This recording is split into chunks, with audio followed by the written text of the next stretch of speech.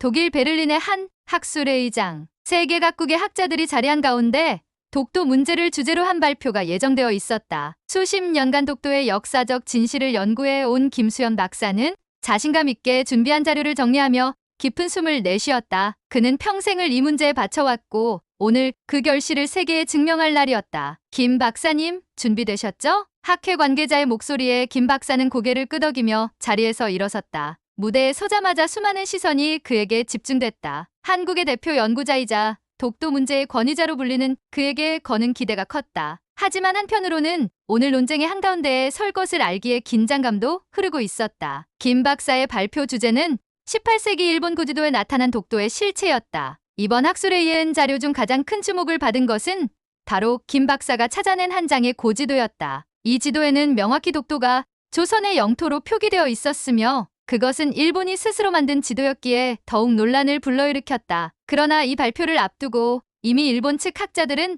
반발의 목소리를 내기 시작했다. 그들은 김 박사의 자료를 두고 지도에 추가된 도장이나 문구가 후대에 조작된 것이 아니냐는 의혹을 제기하고 있었다. 사실상 오늘 발표는 단순한 학문적 논의가 아니라 김수현 박사와 일본 측 학자들 사이에 날카로운 진실 공방이 될 것이 자명했다. 발표가 시작되자 김 박사는 천천히 고지도를 화면에 띄우며 입을 열었다. 이 지도는 1725년 일본 에도 시대에 제작된 죽도도해도입니다. 지도에는 울릉도와 함께 독도가 조선의 영토로 명시되어 있습니다. 그동안 일본 측은 독도가 자신들의 영토라고 주장해왔지만 이 지도는 그 주장을 정면으로 반박합니다. 회의장 안은 순간 조용해졌고 일본 학자들의 표정이 굳어졌다. 김 박사는 발표를 이어나가며 고지도의 역사적 배경과 제작 당시의 상황을 꼼꼼히 설명했다. 하지만 곧 일본 측 학자 한 명이 손을 들어 질문을 던졌다. 김 박사님, 이 지도에 찍힌 도장과 문구가 과연 그 당시의 것이라는 확실한 근거가 있습니까? 후대에 누군가 추가했을 가능성도 배제할 수 없지 않습니까? 회의장의 공기가 묘하게 긴장되기 시작했다. 김 박사는 침착하게 그 질문을 받아들이며 조용히 입을 열었다. 물론 그런 의심을 할 수도 있습니다. 하지만 저는 이 지도를 철저하게 과학적 분석을 통해 검증했습니다. 제작 당시의 잉크 성분, 종이의 연대 등을 모두 분석한 결과 이 지도는 18세기에 제작되었다는 사실이 명확히 드러났습니다. 스크린에는 지도에 대한 과학적 분석 결과가 화면에 띄워졌고 발표를 듣던 학자들 사이에서는 술렁임이 일었다. 일본 측 학자들은 당황한 기색이 역력했지만 아직도 반론을 준비하는 듯한 눈빛을 주고받고 있었다. 김수현 박사는 다시 청중을 향해 고개를 돌리며 힘주어 말했다. 역사는 거짓말을 하지 않습니다. 독도는 역사적으로 그리고 지금도 명백히 대한민국의 영토입니다. 이 자료는 단순한 종이 조각이 아니라 그 진실을 증명하는 강력한 증거입니다. 이날 발표는 시작에 불과했다. 김 박사는 아직 넘어야 할 산이 많다는 것을 알고 있었다. 하지만 그는 이미 마음속으로 다짐하고 있었다. 어떤 논란이 있어도 진실은 반드시 밝혀질 것이다. 김수현 박사의 발표가 끝나자마자 일본 측 학자들은 더 이상 참을 수 없다는 듯 반론을 제기하기 시작했다. 과학적 분석이라고 해도 그 결과가 완벽히 신뢰할 수 있는 것은 아니지 않습니까? 역사적 사료는 해석하기 나름입니다. 일본 측 대표 학자의 목소리가 단호하게 회의장에 울려 퍼졌다. 주변의 일부 청중들도 고개를 끄덕이는 듯 보였다. 회의장의 긴장감이 더욱 고조되기 시작했다. 김 박사는 흔들림 없이 상대의 시선을 정면으로 응시하며 답변을 이어갔다. 물론 사료 해석에는 다양한 관점이 있을 수 있습니다. 하지만 이 지도의 경우 단순한 해석의 문제가 아닙니다. 여기 보십시오. 김 박사는 다시 화면을 띄우며 지도의 세부를 확대했다. 화면에는 독도의 위치와 함께 옆에 명확히 새겨진 한자로 된 문구가 보였다. 여기 조선국이라는 문구가 보입니다. 당시 에도 시대의 기록물들 속에서도 조선국의 경계를 명확히 명시한 사례들이 많습니다. 이 지도 역시 그 시기의 제작물임이 과학적으로 입증되었고 내용 또한 조선 영토를 인정한 증거입니다. 그러자 일본 측 학자 중 또 다른 이가 비웃든 말을 던졌다. 김 박사님, 일본에 죽도라는 용어가 등장하는 지도들도 많습니다. 그건 어떻게 설명하실 겁니까? 일순간 회의장에 긴장감이 감돌았다. 그러나 김수현 박사는 이 질문조차 이미 예견하고 준비한 듯 미소를 지으며 대답했다. 죽도라는 표현이 일본 지도에 등장한 것은 맞습니다. 하지만 그 표현은 울릉도를 가리킨 것이 대부분이며 일본 측 문헌에도 죽도는 조선의 땅이라 명확히 기록된 바 있습니다. 또한 일본 정부가 17세기에 독도를 자국 영토가 아니다라고 스스로 확인한 공식 문서도 존재합니다. 그 순간 회의장에서는 여기저기서 감탄의 소리가 새어나왔다. 김 박사가 꺼내든 자료는 단순히 고지도에 그치지 않고 일본 자체의 역사적 문서들을 기반으로 한 명백한 논거였기 때문이다. 일본 측 학자들의 얼굴에는 당혹감이 스쳐갔다. 몇몇은 서둘러 다른 자료를 확인하며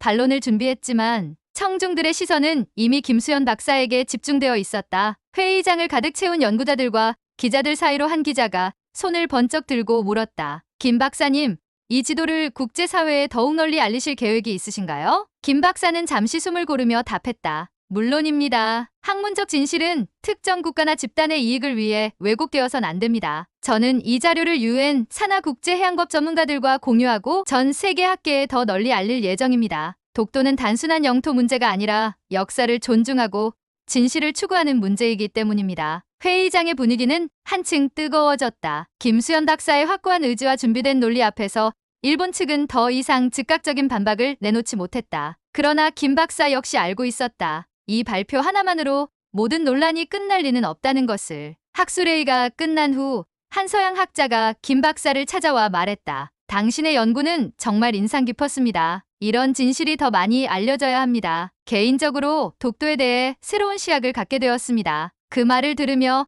김 박사는 가슴 속 깊이 작은 확신을 품었다. 이제 시작이다. 진실을 향한 나의 여정은 더 멀리 이어질 것이다. 학술회의 이후 김수현 박사는 독일 현지 언론과의 인터뷰에서 그의 발표와 연구를 더욱 자세히 설명했다. 유럽 언론은 이 발표를 역사적 진실을 밝힌 획기적인 연구라며 주목했고 그의 연구는 전 세계 학계에서 화제가 되기 시작했다. 특히 일본 측 학자들의 주장에 맞서 과학적 분석과 역사적 증거를 제시한 점이 큰 인상을 남겼다. 며칠 후 김수현 박사는 서울로 돌아오는 비행기 안에서 창밖을 바라보며 잠시 생각에 잠겼다. 그는 평생을 독도의 역사 연구에 바쳐왔지만 이번 학술회의를 통해 느낀 것은 국제 무대에서의 역사적 논리와 증거의 중요성이었다. 단순히 학문적인 논쟁에서 그칠 게 아니야. 국제사회에 우리의 입장을 제대로 알리고 더 많은 연구와 증거를 확보해야만 해. 서울에 도착하자마자 김 박사는 곧장 자신의 연구팀과 새로운 프로젝트를 논의했다. 이번 목표는 독도에 대한 역사적 과학적 연구를 국제적으로 공유하고 더 많은 학술지에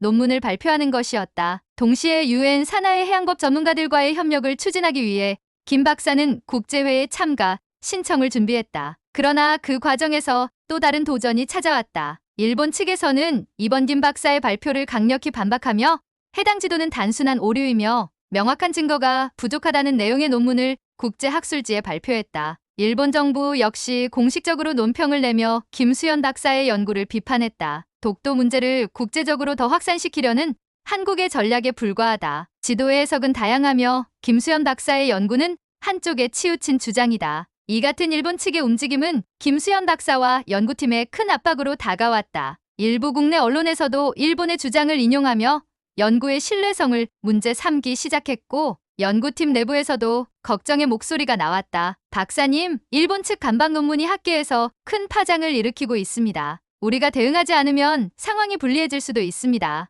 연구원이 다급히 말하자 김 박사는 잠시 깊은 생각에 빠졌다. 일본의 전략은 분명했다. 연구의 신뢰성을 흔들어 국제 여론을 유리하게 끌고 가려는 의도였다. 하지만 김 박사는 포기하지 않았다. 이럴 때일수록 더 철저한 검증과 더 확실한 증거로 맞서야 합니다. 진실은 결코 흔들리지 않아요. 김 박사는 곧바로 일본 측의 반박 논문을 하나하나 분석하며 반론 자료를 준비하기 시작했다. 동시에 국내외 전문가들에게 협력을 요청하며 독도 연구의 신뢰성을 더욱 강화하기 위해 다양한 연구기관과의 공동 연구를 추진했다. 그로부터 한 달 후 김수현 박사는 새로운 논문을 완성해 세계적인 학술지에 제출했다. 이 논문에는 고지도뿐만 아니라 일본의 여러 사료와 해양 기록을 토대로 한 종합적 연구 결과가 담겨 있었다. 특히 논문에는 일본 측 문서에 나타난 독도의 조선 영토 인정 기록을 추가해 반박의 여지를 차단했다. 발표 이후 다시 국제학계의 관심이 김수현 박사의 연구에 집중되기 시작했다. UN 해양법 전문가들 또한 그의 연구에 큰 관심을 보였고 일부 일본의 양심적 학자들까지 김수현 박사의 연구를 지지하며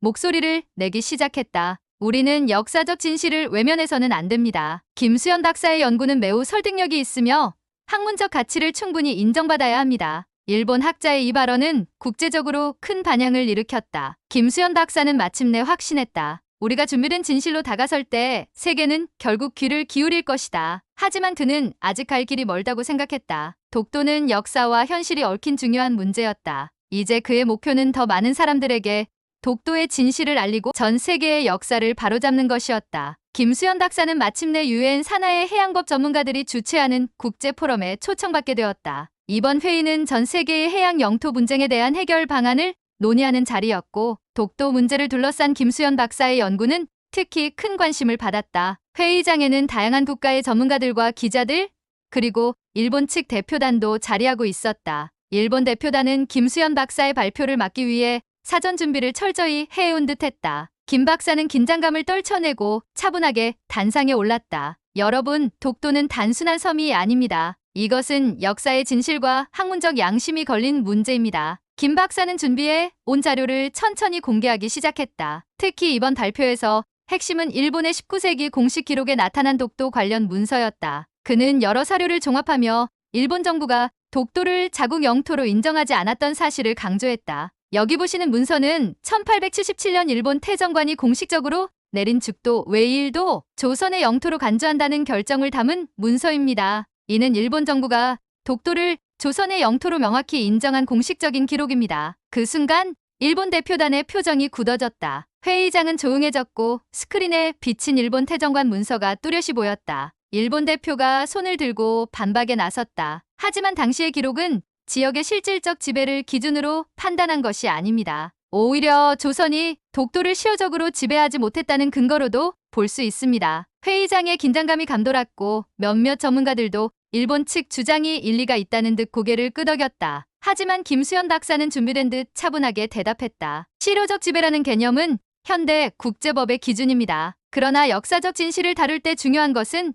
당시의 국제적 맥락과 문서 기록입니다. 당시 일본 정부 스스로 독도를 조선의 영토로 인정한 기록이 존재하며 이는 오늘날까지 이어진 논리의 근거가 됩니다. 김수현 박사는 곧바로 현재 독도의 실효적 지배를 뒷받침하는 자료를 함께 제시했다. 대한민국 정부가 독도를 실질적으로 관리하고 있다는 점, 독도에 대한 여러 인프라와 주민들의 생활 현황을 담은 사진과 영상이 화면에 나타났다. 회의장에 있던 한 서구권 해양법 전문가가 김수현 박사에게 물었다. 그렇다면 왜 일본이 여전히 독도 문제를 국제적으로 이슈화하는 겁니까? 김수현 박사는 깊은 숨을 내쉬며 답했다. 그것은 단순한 영토 문제가 아닙니다. 독도는 동북아시아의 역사와 자존심이 걸린 상징적인 공간이기 때문입니다. 하지만 학문적 진실과 역사적 기록은 거짓을 이길 수 없습니다. 오늘 제가 제시한 자료는 바로 그 진실을 증명하는 것입니다. 회의장이 술렁이기 시작했다. 일본 측 대표들은 더 이상 명확한 반박을 하지 못했고 여러 전문가들이 김수현 박사의 발표에 박수를 보냈다. 한 유럽 기자가 자리에서 일어나 물었다. 김 박사님, 이 연구를 진행하며 가장 어려웠던 점은 무엇이었습니까? 김수현 박사는 조용히 미소 지으며 답했다. 역사를 바로잡는 일은 언제나 어렵습니다. 하지만 진실을 외면할 수는 없습니다. 독도 문제를 둘러싼 논쟁에서 중요한 것은 감정이 아니라 학문적 증거와 논리입니다. 저는 앞으로도 이 진실을 전 세계에 알리기 위해 노력할 것입니다. 회의가 끝난 후 김수현 박사의 발표는 국제 언론을 통해 널리 보도되었다. 한 유명한 유럽 언론은 이렇게 보도했다. 역사적 증거가 밝혀지다 독도?